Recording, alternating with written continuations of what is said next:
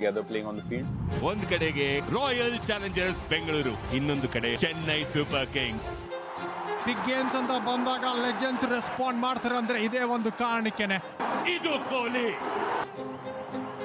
ನಮ್ಮ ಚಿನ್ನಸ್ವಾಮಿ ಸ್ಟೇಡಿಯಂ ಎಲ್ಲರೂ ಅನ್ಕೊಂಡಂಗೆ ಅದು ಬ್ಯಾಟಿಂಗ್ ಪ್ಯಾರಡೈಸ್ ಅಲ್ಲ. ಕೆಲವು ಸಲ ಡ್ರೈ ಆಗಿದ್ದಾಗ ಬಾಲ್ ತಿರುಗತ್ತೆ. ಜಡೇಜಾ ಬಾಲ್ ತಿರುಗಿಸ್ತಾ ಇದ್ದಾಗ ಅನ್ಕೊಂತ ಇದ್ದಿದ್ದು ನಮ್ದೇನಾ ಸ್ಟೇಡಿಯಂ ಅಂತ. ಅದ್ಭುತವಾದ ಶಾಟ್ ಇದು. Outstanding timing. ಬ್ರಿಲಿಯಂಟ್ ಪಿಕ್ ಇದು ಮಾತ್ರ. 218ಗೆ 8 ಆಗಿದೆ. ಇಲ್ಲೂ 18 ಉಳಿದಿದೆ. 18 ರನ್ 8, 218ಕ್ಕೆ 5, 20 ಓವರ್ಗಳಲ್ಲಿ 219 ಬೇಕು ಇವಾಗ.